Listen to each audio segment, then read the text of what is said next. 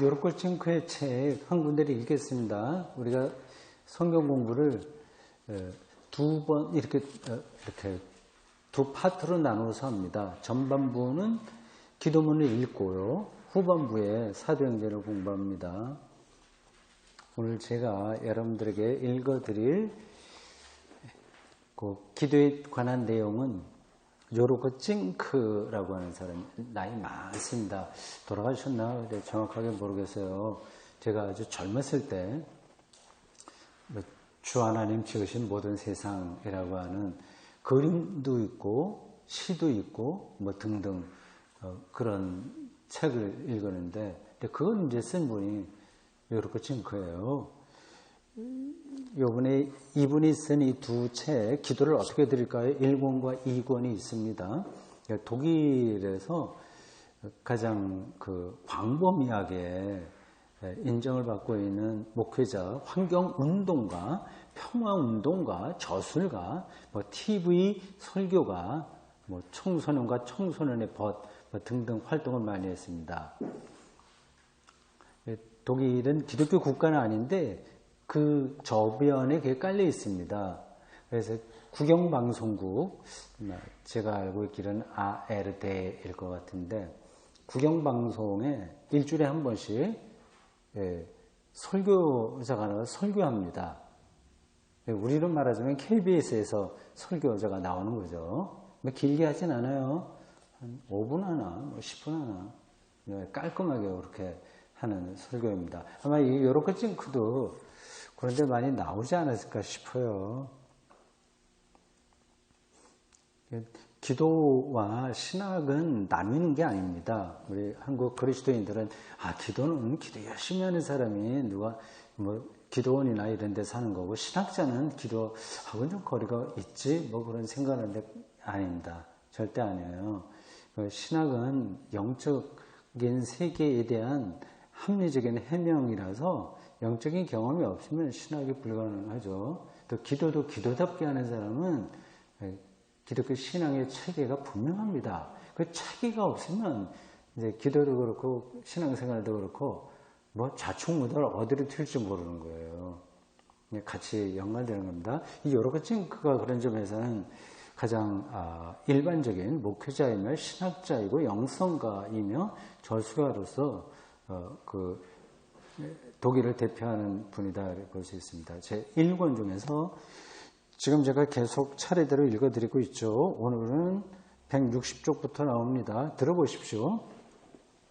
기도문 나오기 전에 잠깐 기도 영성에 대한 코멘트가 나옵니다. 제목이 이렇습니다. 지혜는 물처럼 낮은 곳으로 흐른다.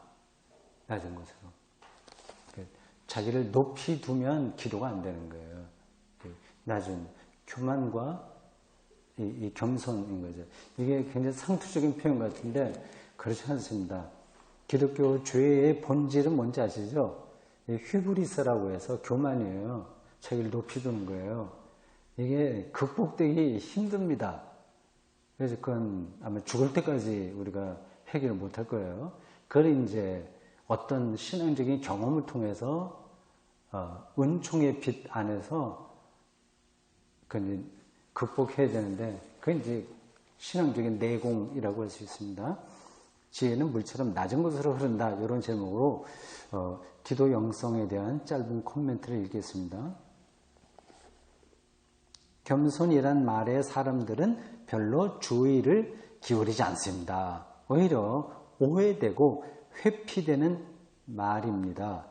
부당하지만 사실이 그렇습니다. 성경은 착각이나 자만심 혹은 예민함에서 자유로운 사람, 착각이나 자만심이나 예민함, 이제 과민함이죠. 과민한 거. 여기서 자유로운 사람을 겸손하다고 표현합니다. 이는 일 처리에서 그 사안 자체에만 집중하여 한쪽으로 치우치지 않으며 자기 자신을 헌신할 능력이 있는 사람을 가리킵니다. 겸손한 사람은 자기가 할 일이 어디에 있는지를 알아차리고 이해합니다. 왜냐하면 그는 늘 깨어있을 뿐만 아니라 자기 일에 지나치게 집착하지 않기 때문입니다. 그는 자신이 놓쳐버린 일이나 해야 할 일의 잣대를 자신이 아닌 좀 더 중대한 것으로 삼습니다. 기준이 다르다는 거예요. 만일 그가 기독교인이라면 그리스도에게서 그 잣대를 채택합니다. 겸손한 사람은 자신이 이런 사람 혹은 저런 사람이 되겠다고 내세우지 않습니다. 자기적이거나 의도적이지 않다는 거예요. 오히려 다른 존재가 자신을 만드는 대로 형성되도록 자기를 맡깁니다. 그는 자기 삶에 어떤 의미를 부여하지 않습니다. 좀 말이 이상하죠. 삶에 의미를 부여해야지 얘기하는데 그 의미를 부여하는 게 잘못됐다는 게 아니라 거기에 집착하는 것을 얘기하는 거예요. 내 삶은 어떻게 의미가 있어야지 그것 자체도 넘어서는 겁니다. 다만 사람이 자기 자신을 아는 것을 신뢰하며 다만 다른 사람이 자기 자신을 아는 것을 신뢰하며 그 과정에서 자신에게 주어지는 역할을 묵묵히 해냅니다. 어떤 관계성 속에서 자기 일을 의도하지 않고 않으면서 묵묵히 하는 거죠. 일종의 수행과 같습니다. 이를테면 겸손이란 짐 가방과 같습니다. 예수님은 큰 짐 가방을 지고서는 좁은 문을 지날 수가 없다고 말씀하셨습니다. 여기서 말하는 짐 가방이란 무엇입니까? 그것은 우리가 짊어지고 있지만 고백하고 용서를 빌기에는 자존심이 허락하지 않는 것입니다. 곧 우리 죄와 같은 것일 수도 있고 불안감일 수도 있으며 오락이나 취미 또는 소유욕이나 직업적인 목표일 수도 있습니다. 사람이 그 짐을 지고 있어야 될까요? 그게 짐이 무거우면 이제 안 된다는 거예요. 아니면 벗어 던지기로 결단을 해야 할까요? 이 둘이 다 틀린 행동일 수 있습니다. 왜냐하면 건강하고 싶은 사람이 스스로 의사가 되려고 해서는 곧 곤란하기 때문입니다. 마지막 문장은 좀 확 와닿진 않아요. 다시 읽어보겠습니다. 건강하고 싶은 사람이 스스로 의사가 되려고 해서는 곤란하기 때문입니다. 얘기했네요. 그 맥락에서도 제가 이해가 안 돼서 집에서 읽어볼 때 여기 건강하지 않은 사람이라는 말이 잘못 번역된 건가도 좀 생각했습니다. 근데 지나가요. 우리 책 읽기에서 잘 들어오지 않는 건 그냥 지나가는 게 최선입니다. 사도 바울이 병 낫기를 간구할 때 하나님은 내 은혜가 내게 족하도다. 이는 내 능력이 약한 데서 온전하여 짐이라 하시니라. 고린도후서 12장 9절라고 말씀하셨습니다. 자신이 모든 종류의 나약함 속에서 하나님께 맡기고 의지하는 능력을 가리켜 우리는 겸손이라고 말합니다. 이 문턱을 넘지 않고도 기도에 이를 수 있는 길은 아무것도 없습니다. 자, 그렇게 코멘트가 있었고요. 그걸 기준으로 해서 이분이 쓴 기도문 잠깐 읽어보겠습니다. 우리가 기도한다는 마음으로 들어보십시오. 주님은 사람 지배하기를 원하지 않으셨습니다. 주님은 그들의 형제였습니다. 주님은 항상 아래쪽 길로 가셨습니다. 주님은 모든 것을 주님에게로 받아들이셨습니다. 사람들이 주님을 오해하고 은혜를 저버리며 어리석은 짓을 하고 주님을 미워하는 것조차도 모두 받아들이셨습니다. 이로써 내가 어떻게 살아야 할지를 주님은 온 몸으로 보여주셨습니다. 주님, 한 걸음 한 걸음 주님 삶을 본받아 살아가도록 도와주십시오. 나의 하나님, 나는 주님과 함께 견뎌내렵니다. 이제야 주님을 이해합니다. 깨어진 내 겸손을 받아주십시오. 나는 겸손의 능력 말고는 그 어떤 힘도 부리지 않겠습니다. 그 어떤 사람에게도 나는 영향력을 행사하지 않겠습니다. 주님, 내 자신의 상처만 알게 하소서. 나는 다른 사람이 나를 비웃어도 그저 웃어 넘길 수 있는 사람이 되고 싶습니다. 나는 외롭고 쓸쓸한 친구들 곁에 머무르고 싶습니다. 나는 어떤 사람도 배반하지 않고 어떤 사람도 외따로 내버려 두지 않겠다고 주님께 약속드립니다. 나는 어떤 사람도 판단하지 않고 어떤 사람도 경멸하지 않으며 어떤 사람도 농락하지 않겠습니다. 그 사람들이 마음 깊이 사모하는 것들이 내게는 항상 신성한 것으로 될 것입니다. 주님, 사람들 사이에 머물면서 그들의 친구로 사는 삶이 내 십자가가 되게 해주소서. 이렇게 됐습니다. 뒤에 조금 더 있는데 이 정도가 좀 읽겠습니다. 자, 이렇게 칭크책은 적고요. 오늘 우리는 사도행전 13장을 드디어 공부하게 됐습니다. 28장까지 있는데 전반부 후반부를 나누면 12장과 13장이에요. 12장까지가 이제 전반부예요. 그 말은 이 전체 사도행전이 독자들에게 말하려고 하는 내용은 바울의 전도에 대한 것입니다. 선교 여행이에요. 그리고 로마까지 어떻게 호송당했는지에 대한 보고서 같습니다. 그리고 그 로마까지 가는 게 너무 상세하게 나왔어요. 그건 좀 생략해도 되는데 대단히 그거를 현장에서 본 사람처럼 썼습니다. 아마 그런 것에 관한 이야기가 초기 그리스도교에 이렇게 전승돼서 내려온 것 같습니다. 이 사도행전을 기록한 누가가 그러한 전승들, 그게 구전일 수도 있고 문서일 수도 있는데 그런 것들을 잘 종합해서 이 이야기를 사도행전 끝부분에 잘 정리했어요. 근데 핵심은 이제 1차, 2차, 3차 선교 여행이죠. 이제 그게 본격적으로 시작하는 겁니다. 그 시작하는 전진 기지가 안디옥 교회예요. 안디옥이 두 군데 있습니다. 하나가 바로 이 계속 나오는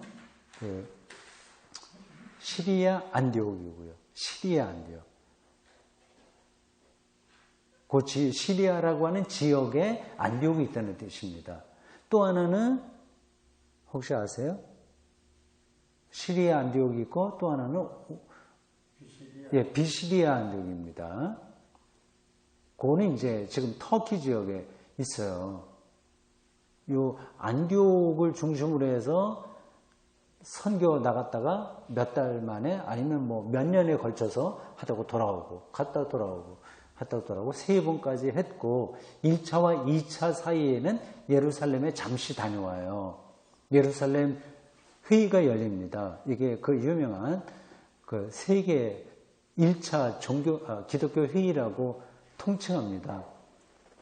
근데 그때 이제 예루살렘 교회에서 그 이방인 그리스도인들이 지켜야 될 항목이 뭐냐 하는 것을 결정해요. 그러니까 역사적으로 중요한 거죠. 그러니까 이방인 그리스도인들과 유대인 그리스도인들 사이를 이렇게 접목해 보려고 노력들을 많이 했어요. 초기 기독교에. 근데 그게 잘 안 됐습니다. 결국은. 자, 그래서 이제 13장부터 드디어 본격적으로 이 사도행전의 후반부가 시작됩니다. 여태까지 앞에 1장부터 13장까지는 전혀 공부하지 않았다고 하더라도 괜찮고 오늘부터 하면은 알짜배기는 다 아는 겁니다. 여태까지 안 오다가 오늘 처음 오신 분은 정말 잘한 거예요. 여러분 지도 찾아보십시오.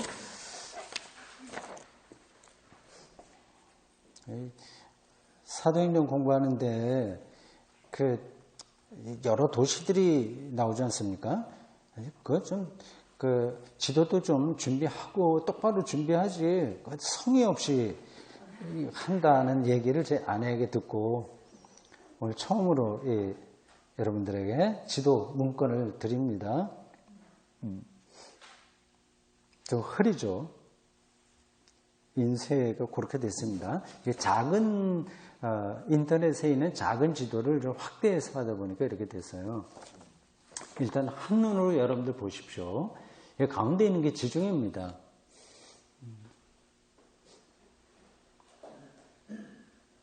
그 맨 밑에 알렉산드리아 보이죠? 이게 중요한 도시입니다. 알렉산드리아가. 거기 한번 가보고 싶어요. 지금은 옛날에 비해서 많이 퇴락했을 겁니다. 이집트죠, 물론.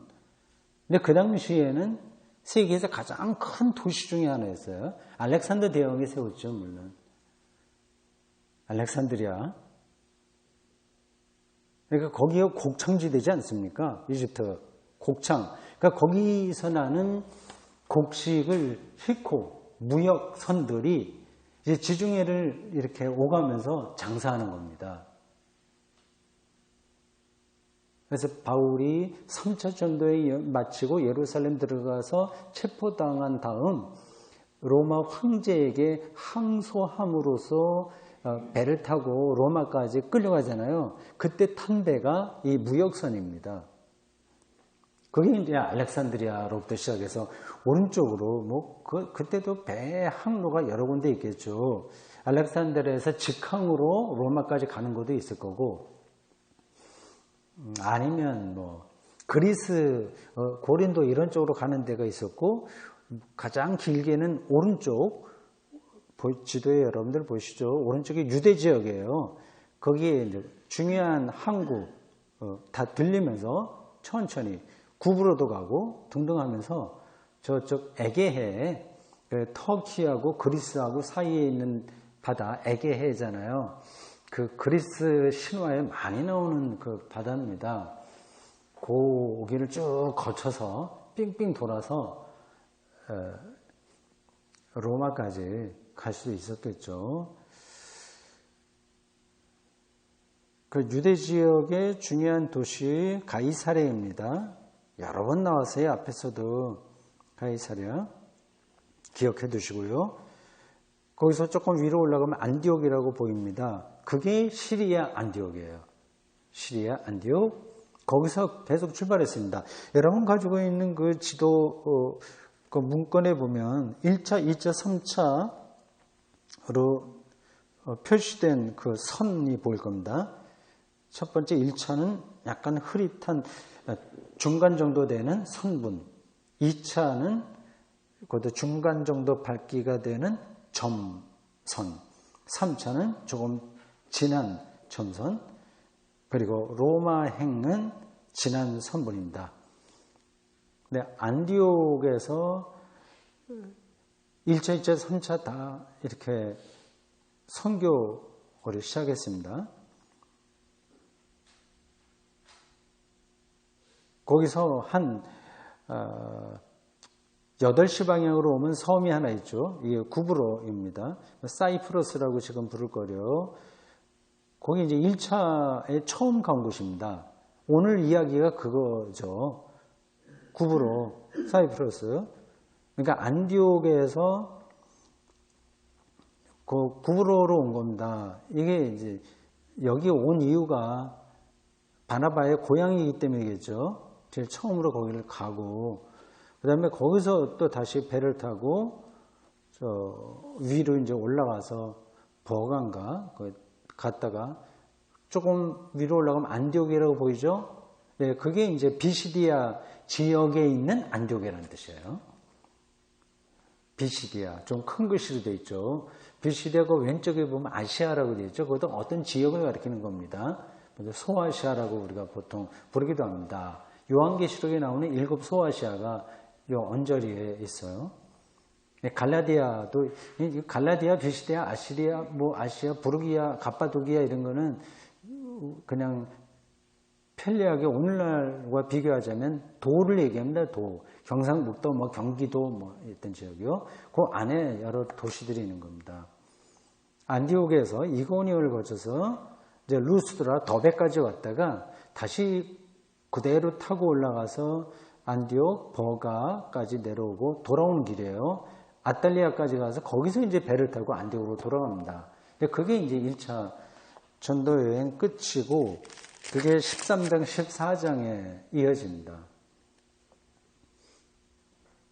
15장으로 넘어가면 거기서 이제 안디옥에서 예루살렘까지 회의가 있어서 갔다 오는 이야기가 나와요. 지도 조금 더 보실까요? 참고적으로 그 에게해와 흑해 그 사이를 보십시오. 에게해에서 쭉 따라가자면 이 지도로는 그 에게해에서 흑해로 배를 타고 갈 수 없는 것처럼 되어 있어요. 근데 그 해협이 있습니다. 여기는 도시 이름이 안 나오는데 비잔틴 문명이라고 해도 비잔틴이라고도 하고 콘스탄티노플이라고도 하고 그 터키 지금 터키의 수도가 앙카라죠. 근데 그 흑해와 에게해 거기를 배 타고 지나갈 수 있는 겁니다. 여기 거기 도시 이름이 여기 나오지 않아서 정확하게 지적을 못 하겠는데 흑해의 가장 왼쪽 밑에 보십시오. 선으로 되어 있죠. 그게 이제 해협이에요. 그 아름다운 해협입니다. 거기가 정말 유명한 데고요. 지금은 물론 다리가 놓여 있죠. 근데 거기가 그 그리스 쪽으로 있는 거기 도시, 요게 콘스탄티노플, 비잔티움이라고 하든가, 거기가 이제 동로마의 수도였어요. 콘스탄티누스가 세웠죠. 그래서 기독교 성 소피아 성당이 거기 있습니다. 동로마 교회와 서로마 교회가 갈라지잖아요. 2세기에. 그때 이제 동로마의 수도가 콘스탄티노플이었어요. 근데 이제 나중에 이슬람교에 이제 침략을 받아서 그게 이슬람교 성전이 됩니다. 자, 그렇고 2차, 3차 이거 굉장히 복잡하게 여러분들 그 지도에 나와 있을 겁니다. 나중에 우리 진행되면서 조금씩 더 확인하겠습니다. 그냥 한 가지 드로아라고 하는 곳 찾았어요.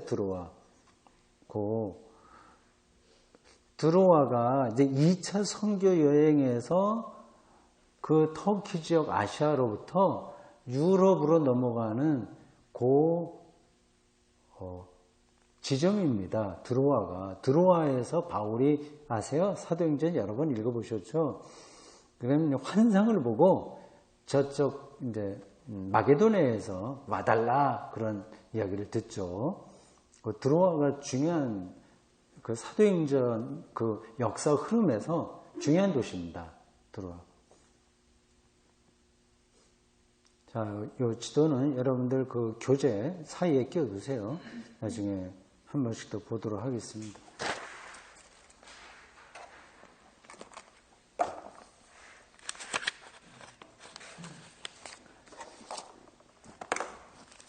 자, 본문을 봅시다. 사도행전 13장입니다.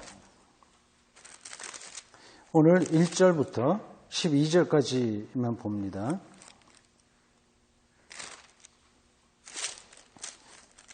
우선 교독해서 읽읍시다. 안디옥 교회에 선지자들과 교사들이 있으니 곧 바나바와 니르기라는 시므온과 구레네 사람 루기오와 분봉왕 헤롯의 젖동생 마나임과 및 사울이라.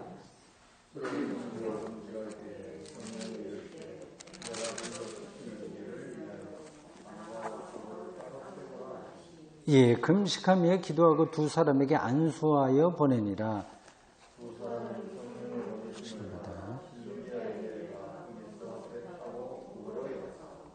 살라미에 이르러 하나님의 말씀을 유대인의 여러 회당에서 전할새 요한을 수행원으로 두었더라.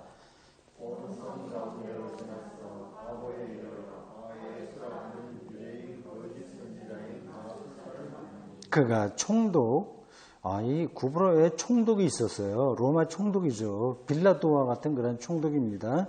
총독 서기오 바울과 함께 이름이 서기오 바울이에요.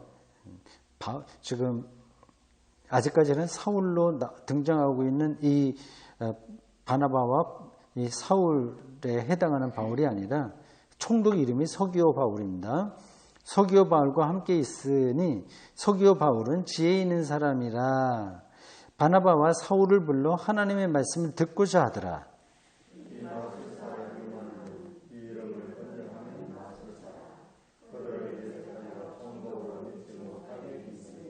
바울이라고 하는 사울이 성령이 충만하여 그를 주목하고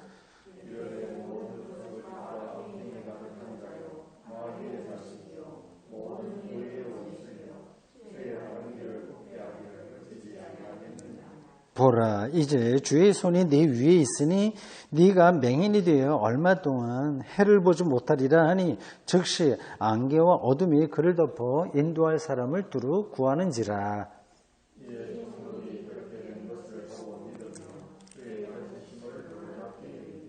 아멘. 예. 이런 사도행전 이야기는 압축적으로 된 겁니다. 그러니까 그때 어떤 일이 일어나는지 우리가 소상하게는 몰라요. 여기 그 어떤 마술사하고 이 바울하고 서로 뭐예요? 이렇게 다투듯이 경론 벌이고 하는 게 나오고 결국 바울이 이겼다는 거 아닙니까? 상대방이 시력을 잃었다고 하는데, 그리고 그 사이를 그렇게 토론하게 되는데 역할을 한 사람이 총독이었고, 그러니까 구브로 지역의 총독, 이 총독은 대단한 인물들입니다. 그 로마 체제에서 볼 때 지방 장관이에요. 로마에 거주하진 않지만 장관급에 속하는 겁니다. 근데 이 사람들 중에서 나중에 좀 출세해서 로마로 돌아가고 거기서 또 전쟁에 나가서 이렇게 승리하고 그러한 업적도 세우고 하면, 그러면 원로원에서 이 황제가 될 수도 있는 사람들이에요. 아주 로마 시대에 엘리트 중에 엘리트들이 이 지역 장관으로 나오는 겁니다. 식민지의 총책임자로 가요. 이 서기오 바울이라는 사람이 이 마술사라고 보통 여기 거짓 선지자 마술사라고 되어 있는데, 뭐 그 당시에야 사람들이 그런 걸 구분하지 못하니까 우리 교재에도 나오겠지만 멘토처럼 섬기던 사람이었던 것 같아요. 요즘 말로 이제 멘토인데 어떤 걸까요? 원로 아니면 정신적인 어떤 자기 의지할 사람, 뭐 이렇게 자문관, 그런 말도 딱 되겠네요. 그런 역할을 하는 사람이었던 것 같아요. 지금도 사람들이 뭐 정치인들도 그렇고 뭐 기업 사업하는 사람들도 그렇고 불안하지 않습니까? 뭐 이게 어떤 일이 일어날지 모르니까 약간 주술적인 무속적인 대로 떨어지기 쉽거든요. 그 당시에 오죽했겠어요. 이 마술사, 우리는 지금 보면 지금 말하는 식의 마술사가 아니라 어떤 카리스마가 있는 정신적 지도자라고 할 수 있습니다. 그러니까 그런 사람이 옆에 있으면 좀 크게 위로가 되는 거죠. 이 마술사는 공부도 많이 한 사람일 겁니다. 하여튼 그 사람하고 이렇게 서로 이제 경론 벌리고 이렇게 거의 공격하고 뭐 그렇게 된 것 같습니다. 그 중간에서 이 서기오 바울이라고 하는 로마 이 총독이 잘 좀 이렇게 화합해 보려고 했던 것 같아요. 근데 그게 되지 않았습니다. 그러니까 이 서기오 바울, 그리고 그 마술사, 그리고 이 바울, 이런 분들이 어디서 만나서 어떻게 그러한 논쟁을 했고 어떻게 시력을 잃게 됐으며, 그래서 바울이 거기서 큰 능력을 보였나 하는 것들은 굉장히 압축적으로 나와서 우리가 다 알지는 못합니다. 그걸 전제하고 여러분들이 이 전체적인 진행이 어떻다, 그런 것만 알면 되겠어요. 1절 보십시오. 안디옥 교회를 이렇게 설명합니다. 안디옥 교회는 앞에서도 몇 번 나왔습니다. 그리고 거기서 그리스도인이라고 하는 이름이 붙었다고 하는 게 있어요. 11장 26절에 있습니다. 그리고 이 바나바라고 하는 사람도 저 앞에 또 나와요. 그 사도들에게 뭐 재산을 다 가져다 놓고 서로 서로 나눠 쓰고 할 때 대표적으로 이 바나바가 자기 재산을 교회에 가져온 적도 있습니다. 앞에 나와요. 그러니까 안디옥 교회도 앞에서 한두 번 나왔는데 2절 13장부터 본격적으로 안디옥 교회가 중심이 돼서 세계 선교를 시작합니다. 만약에 안디옥 교회가 없었다면 모르겠어요. 역사가 어떻게 진행됐을지. 여기에 보면 몇 사람 이름이 나옵니다. 바나바, 시므온, 구레네 사람 루기오. 구레네가 어디 있는지 아까 지도 봤는데 기억나세요? 아프리카입니다. 예, 아프리카 알렉산드리아 바로 왼편에 있어요. 구레네. 이렇게 굉장히 먼 곳에서 왔잖아요. 지금도 그 이집트에서 구부르까지 가려면 힘들 텐데. 그 옛날에 이런 사람들은 굉장히 활동량이 많았던 것 같습니다. 구레네 사람 루기오 요 단어만 우리가 알고 있는데 그 사람의 인생도 그냥 우여곡절이 많았겠죠. 옛날에는 대부분의 사람들이 자기 고향에서 나서 거기서 다 죽습니다. 근데 이 아프리카 아프리카 북부에 있는 구레네 지역의 루기오가 안디옥 교회에 와서 그리스도인이 된 거예요. 여기 보면 선지자들과 교사들이 있다고 그랬죠. 거기에 이제 지도자들이죠. 안디옥 교회는 아마 디아스포라 유대인들도 있었을 거고 이방인 그리스도인들이 훨씬 더 많았겠죠. 그리고 좀 특별한 신분이 있는 사람들이 나오네요. 분봉왕 헤롯의 젖동생. 이 헤롯의 젖동생이 누군지는 모르겠어요. 제가 이걸 더 조사해 보지는 않았습니다. 근데 헤롯의 일가가 굉장히 많거든요. 헤롯 대왕 이후로 아들도 여러 명이고 뭐 그 밑에 손자들 뭐 공주들 할 것 없이 많아요. 어떤 때는 그를 이름을 구분해서 부르기도 하고 어떤 때는 그냥 이렇게 헤롯 이렇게 얘기합니다. 분봉왕이라고 하면 헤롯 대왕은 아니고 밑에 아들이나 손자쯤 되겠죠. 분봉왕 헤롯의 젖동생 마나행과 메사월이다. 그 순서가 좀 재미있죠. 바나바와 사울 이렇게 나올 거로 예측이 되는데 그냥 중간에 다른 사람들 들어가고 사울이 맨 뒤에 나오네요. 아직까지도 이 사울이 사실은 주인공은 아닙니다. 이 사울이 안디옥에 가서 이런 지도자가 되게 된 데에는 다른 사람의 역할이 컸다는 거 아시죠? 앞에서 나왔습니다. 바나바가 픽업 이렇게 스카우트한 거예요. 만약에 바나바가 없었다면 이 바울은 역사에 그렇게 등장하지 못했을 수도 있습니다. 그냥 다소인가요? 어디가 숨어 있었죠? 예수 만나고요. 예. 어디죠? 다소 맞나? 예. 거기 있는 거는 이제 바나바가 와서 안디옥으로 갑시다. 이렇게 했다는 거 아니겠어요? 그러니까 어떤 역사라고 하는 거는 거의 작은 계기가 돼서 크게 발전한다. 바나바와 이 바울을 처음에 이렇게 다소에서 요 안디옥으로 데려올 때 그때는 이제 바나바의 이름이 더 높았습니다. 예루살렘에서 이미 인정받은 사람이에요. 바울은 예루살렘에서 파송했어요. 물론. 근데 그 바나바가 생각하기에 내가 이 바울을 데리고 오면 앞으로 큰 일을 할 거야.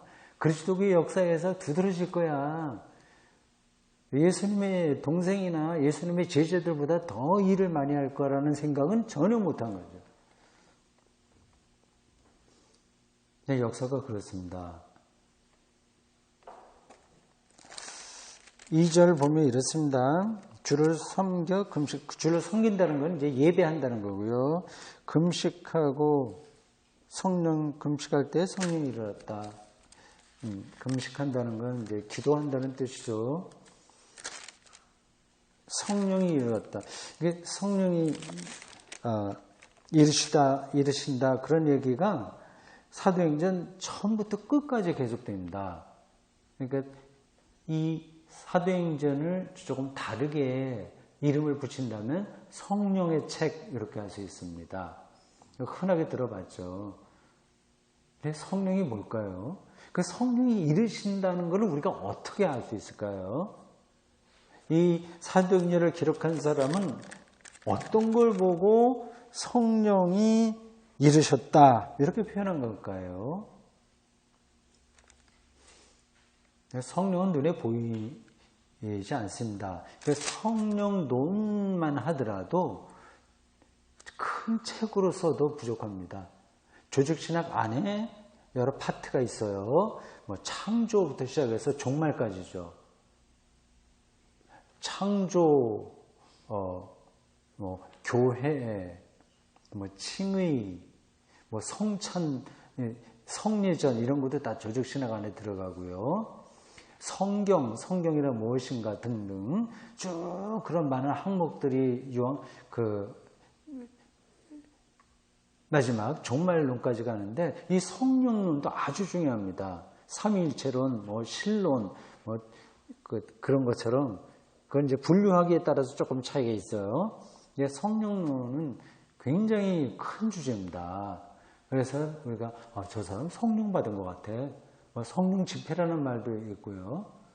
그러니까 좀 조심하긴 해야 됩니다. 이게 성령이 뭔지에 대한 이해를 해야 되죠.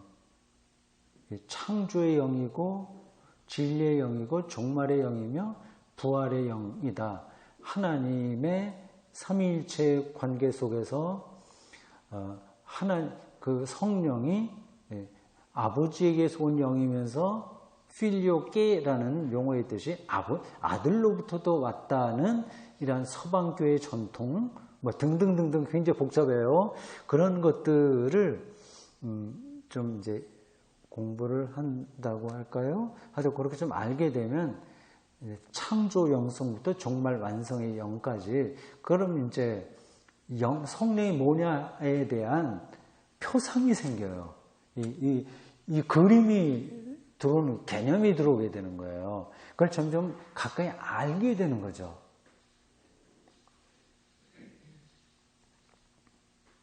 그러면 이제 성령이 이르신다고 하는 게 어떤 건지를 느끼게 되는 겁니다.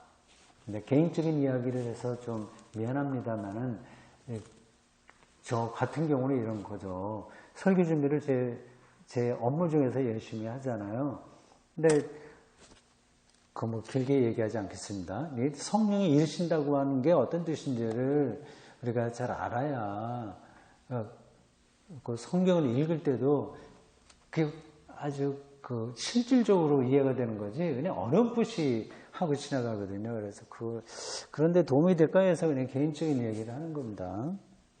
그냥 설교 준비할 때 처음부터 끝까지를 머릿속에 다 정리된 거를 쓰는 게 아니에요.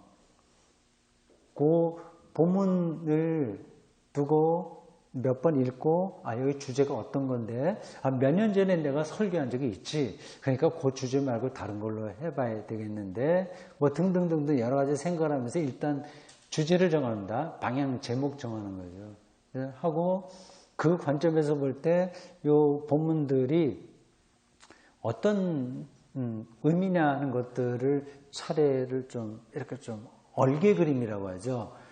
그 흐름을 이제 몇 가지 단락으로 나누고 그 다음에 이제 치기 시작하는 겁니다.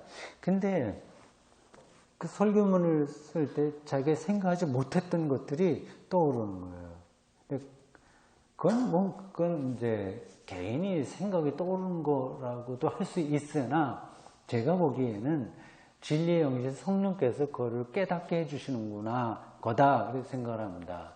전혀 생각하지 못했던 어떤 성경 구절과 오늘의 사태와 그리고 우리 교우들의 현재 상태와 이런 것들이 종합적으로 연결돼서 어떤 포커스, 그 점을 이제 잡게 되는 거죠.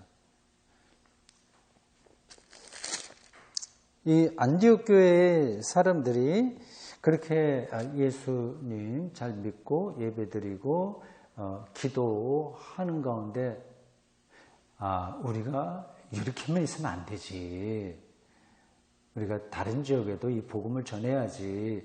그런 깨달음 아니면 그러한 설교도 들을 수 있었고 여러 가지 계기로 아주 강력한 요청을 그들이 느끼게 된 거예요. 그건 성령이 말씀하시는 거죠.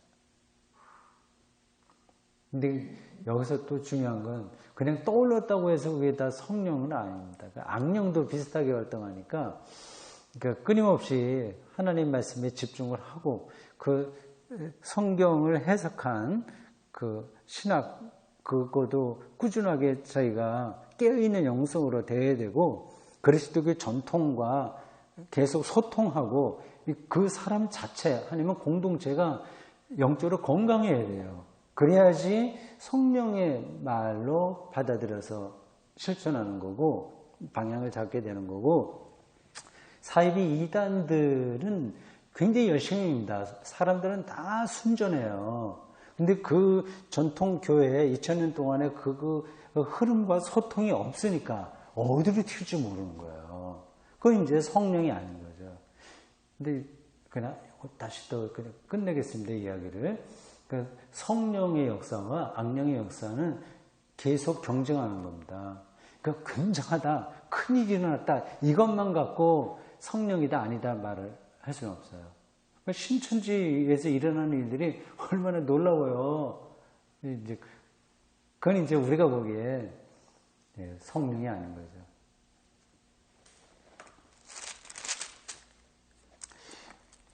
자, 그래서 바나바와 사울을 따로 보내서 이제 전도하게 했다 그 얘기입니다. 그 4절부터 12절까지 그 과정이 쭉 나오죠. 이야기는 간단합니다. 이 구브로로 가서 바나바의 고향이에요. 거기서 동쪽에서 서쪽까지 횡단하면서 말씀을 전한 거예요. 특별히 이 횡단에서 서쪽에 한 마을에 들어갔는데 거기가 바보예요. 좀 이름 발음이 좀 그렇죠. 바보. 여기에 이제 총독이 있다는 걸 보면 구브로 그 섬이 그 당시에도 중요했고 이 바보라고 하는 지역이 그 섬의 아마 수도와 같았던 것 같습니다. 유대 지역의 총독이 있는 곳은 혹시 아세요? 유대 지역의 총독이 있는 거주하는 곳이 가이사랴고 요 구브로에 있는 총독이 있는 곳은 바보입니다. 그냥 뭐 참고적으로 아시면 되겠습니다. 거기서 이제 마술사와 만나서 벌어진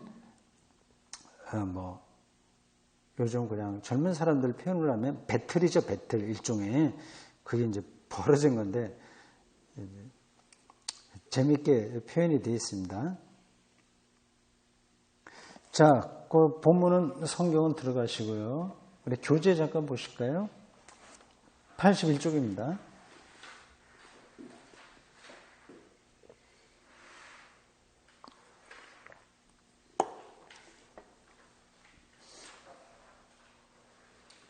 (81쪽) 21강 안디옥 교회와 바울 이런 제목입니다. F 용지 4쪽에 꽉 채웠으니까 분량은 많아요. 그걸 우리가 다 읽을 수는 없고 대목 좀 확인할 부분만 보겠습니다. 첫 대목은 다 보겠습니다.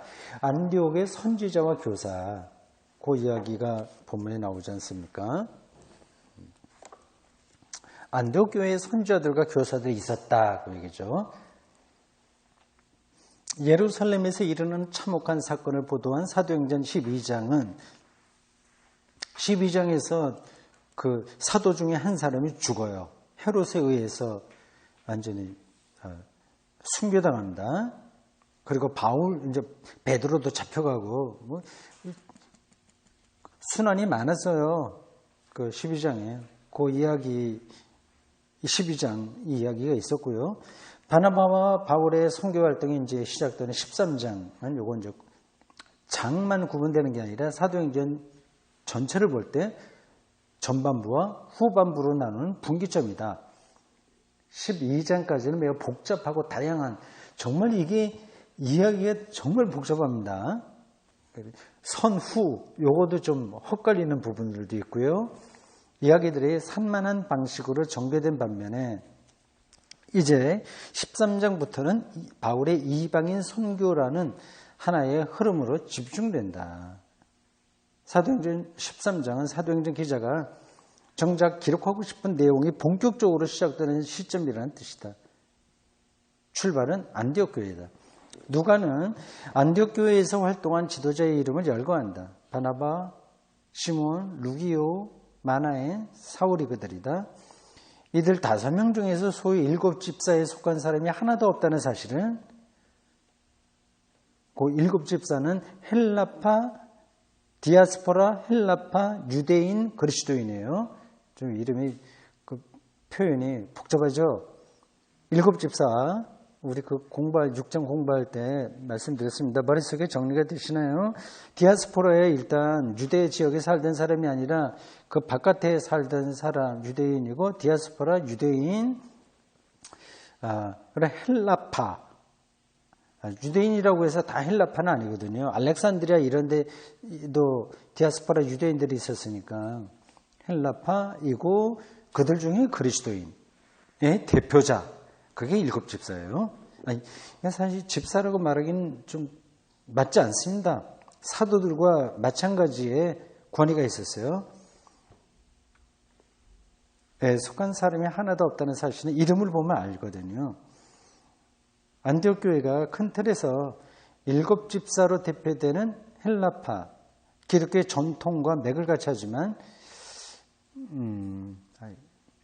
그러니까 유대 그리스도인들이 있었고 이방인 헬라파 그리스도인들이 있었습니다. 당시에.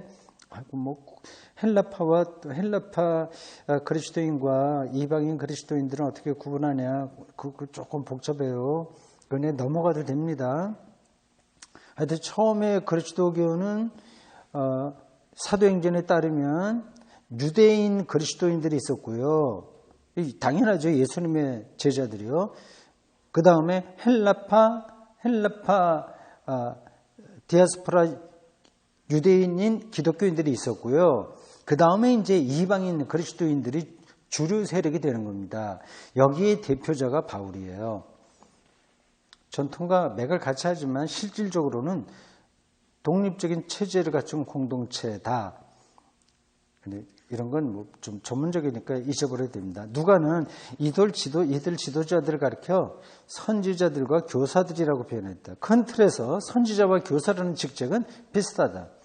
선지자는 말씀을 선포하는 사람이고, 뭐 예언자, 선지자, 뭐 앞에 일을 예언한다기보다도 말씀을 해석해서 선포하는 사람이 선지자입니다. 구약에 나오는 사람들이 다 그런 사람들이에요. 교사는 말씀을 가르치는 사람이다. 그 다음 패러그래프. 당시 안디옥 교회에서 활동한 선지자가 구체적으로 무슨 역할을 했는지에 대해서는 본문이 설명하지 않는다. 구약의 선지자들과 비슷한 역할이 아니었을까 추정한다. 구약의 선지자들은 핵심적으로 2가지 기능을 감당했다. 하나는 신탁이고 다른 하나는 윤리적, 도덕적 가르침이다. 이거 넘어가겠습니다. 두 번째 단락 소제목이 바나바와 바울이죠. 바나바와 이거 하도 유명하니까요. 이 두 사람이 끝까지 같이 했으면 좋았을 텐데 끝까지 못 가죠. 그러니까 영적으로 뛰어난 사람들도 인간적인 한계가 있게 돼요. 그럼 다투죠. 다투도 그걸 극복할 수도 있는데 결국은 이 두 사람이 극복을 못합니다.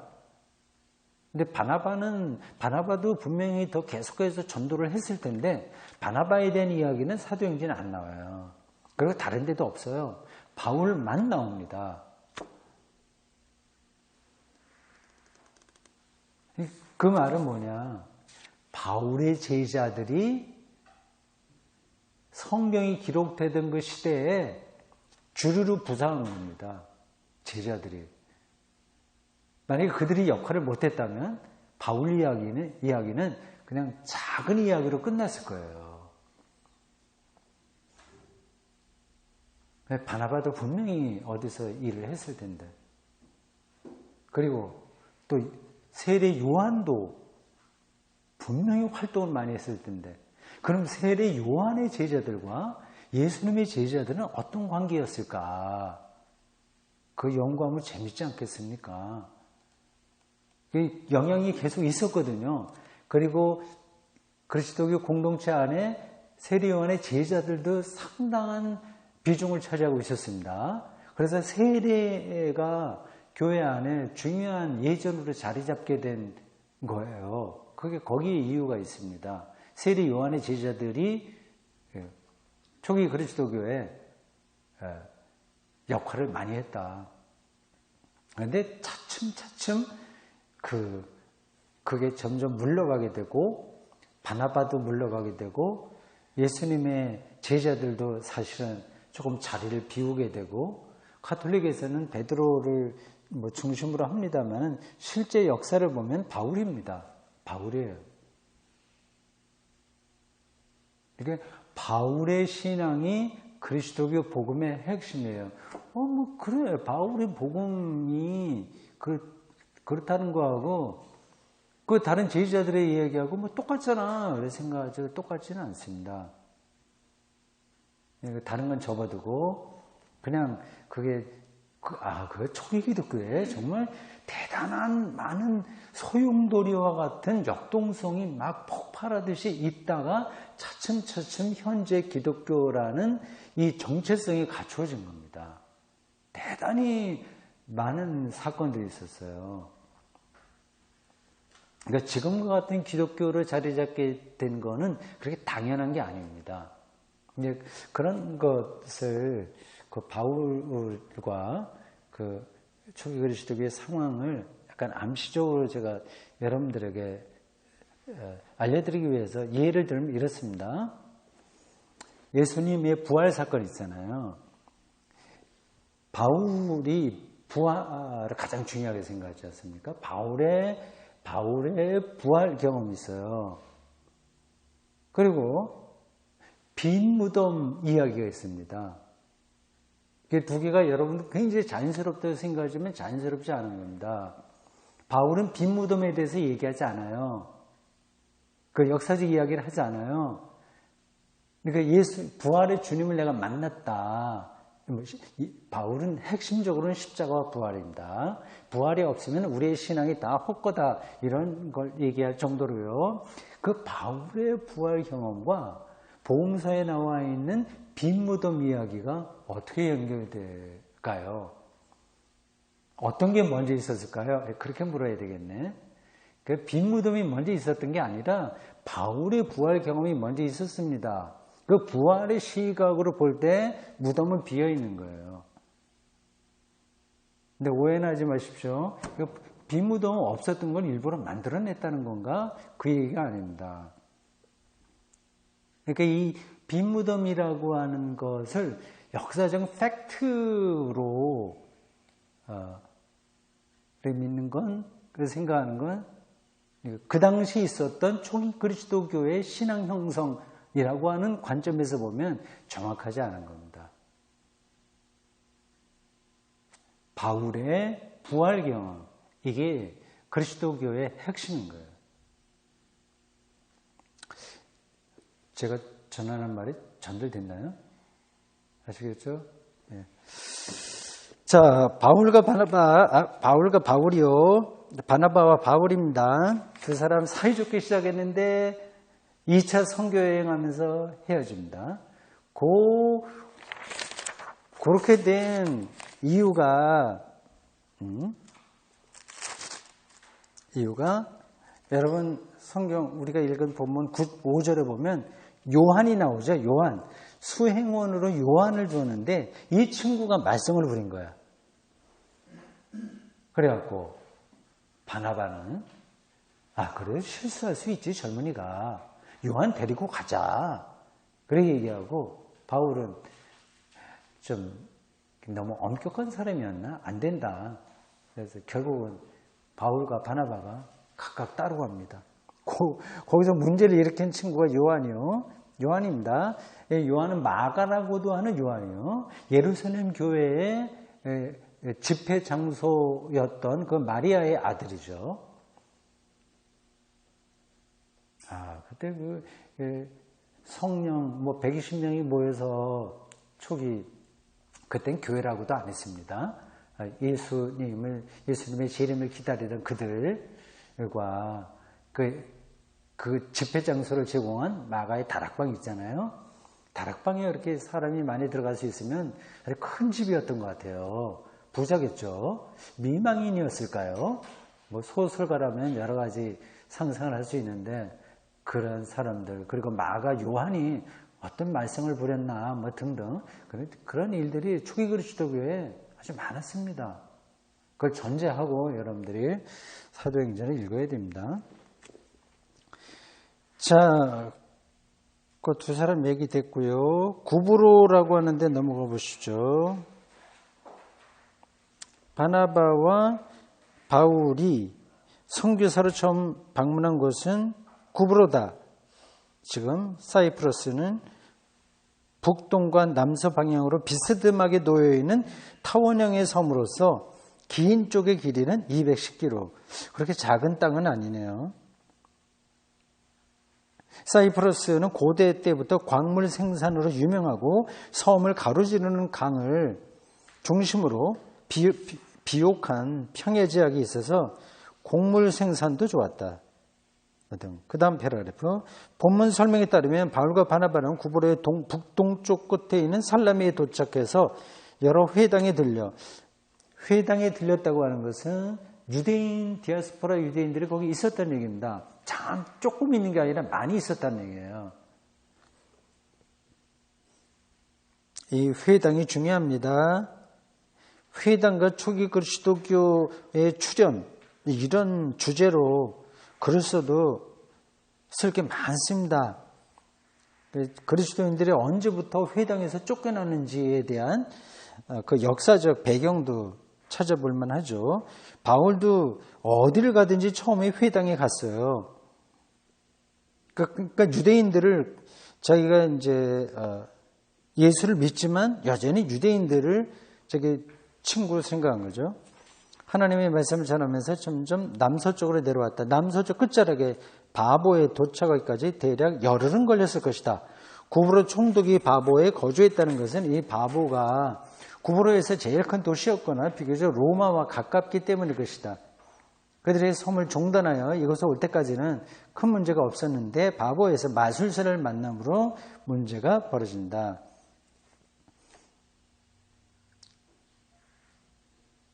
예, 그 마술사 이름 바예수요. 간단한 건 앞에서 간단하게 좀 설명했습니다. 지나가시죠. 마술사 이야기 집에서 읽어보십시오. 그 다음 달에 어영 종교라는 대목이에요. 마술사 바예수는 요즘에 전문적인 마술사처럼 단순히 일정한 시간에 퍼포먼스 등을 통해서 청중들을 즐겁게 해주는 엔터테이너가 아니다. 멘토라고 앞에서 얘기했듯이 총독 서기오 바울을 종교적으로 조언하는 선지자 또는 신학자 역할을 했을 것이다.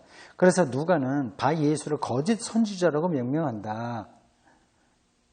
그는 거짓 예언을 통해서 출세기를 달려왔다. 사람이 약해요.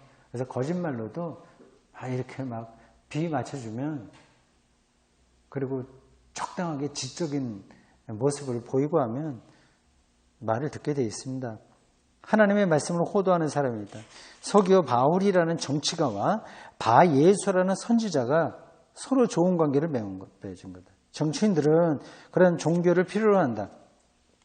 중세기 때 아마 황제와 교황의 관계하고 비슷할 겁니다. 물론 모든 교황들이 그렇게 황제에게 호의적으로 한 건 아니지만 문제는 많았죠. 자신의 정치 행위를 종교적으로 합리화시켜주는 그런 어영 종교를 정치인들은 필요로 한다. 그 다음 단락은 그 정치와 종교의 관계가 어떠해야 되냐 하는 것에 대한 설명이 있습니다. 그 2차 세계대전 당시 히틀러를 지지하는 교회도 있었어요. 독일 교회. 그들을 독일 그리스도인이라고 부릅니다. 독일 그리스도인. 그리고 히틀러를 반대하는 소수의 교회를 고백교회라고 부릅니다. 보네퍼도 이 고백교회에 속해 있고요. 속했고 바르트 물론이고요. 그래서 그런 사람들은 좀 박해를 받았고요. 바르트는 그 바르멘 선언이라고 조금 전문적인데 그 선언문을 작성해서 이 히틀러가 얘기하는 그 독일 이데올로기, 독일이 세계를 이제 지배해야 되고 평화를 세워야 된다, 그런 거에 대한 신학적인 반론을 거기 제시했습니다. 그래서 교수자를 쫓겨나서 자기 고향 스위스 바젤로 가죠. 그러니까 그 당시 네로라는 그 독일 신학자들이 상당수가 히틀러를 지지했습니다. 우리나라에서도 군사 독재 시대에 그렇게 한 교회 지도자들이 제법 있죠. 자, 그건 넘어가고 맨 밑에 패러그래프 그 소제목입니다. 마술을 넘어서 이거 마지막으로 제가 보겠습니다. 우리가 살아가는 이 세상은 거짓 선지자요 마술사인 바예수가 기승을 부리는 곳이다. 매력적인 게 많이 있어요. 여기에 불법, 편법, 합법으로 남을 속인다. 그리고 스스로도 속는다. 나름 진정성 있게 청중들은 그들이 마술을 부리는 자본주의가 일종의 마술 아니에요. 적게 투자해서 많이 거두는 거를 아주 잘하는 거라고 생각하잖아요. 투기까지 나가지 않습니까?